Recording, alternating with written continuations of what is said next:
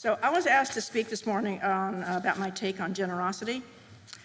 I grew up in Texas, where things are pretty black and white. What's mine is mine, what's yours is yours. We gave gifts at Christmas and birthdays, but that was pretty much it. If a family member had a financial need, too bad. I don't recall ever seeing my parents give anything much of value spontaneously. It wasn't until I married Gerald and was around his mother in France that my heart started to open a little bit.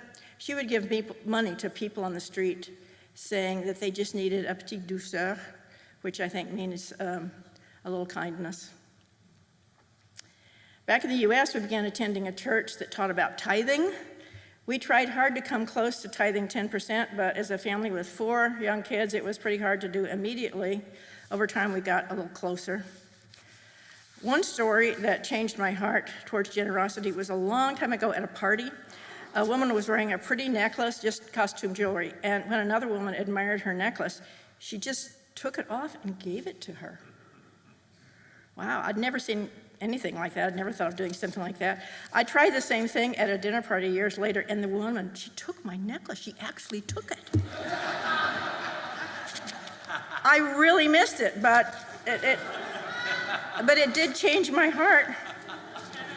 And then there was a day years later in Boston where we lived for many years. I was walking on the most fashionable street, Newbury Street.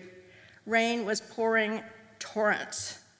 A homeless man was sitting on the sidewalk in the rain, and a beautifully dressed man, 3-piece suit, tie, beautiful shoes, looked like Italian-made shoes, stooped to give this man not just money, but his umbrella. And then he continued walking on his way in the pouring rain, most likely ruining his clothing and his shoes. Wow, I'd never thought of doing that. And I have a friend over at CVS. His name is Sammy. I don't know if you know him. Anybody know Sammy? He sits outside. We talk. One day I felt like God told me to give him all the cash in my purse. Oh no, I said, are you kidding me? So I do that. I do some freelance music and singers pay me cash. Sometimes I have quite a bit of cash in my purse. Darn. Sammy loves me.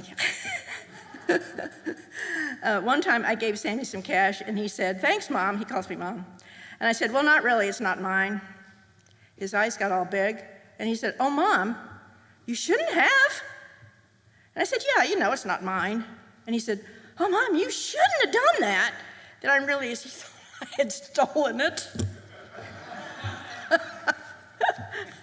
So, but I do find myself avoiding CVS in case Sammy's there, so I'm still a work in progress. Over time, as I began to give in planned and spontaneous ways, my heart began to open and I changed. I saw people. I could see their needs. I learned their names.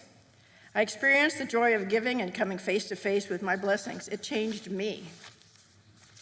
Now it's progressed to the point that my mind and heart have become convinced that I'm not really giving anything at all. I own nothing.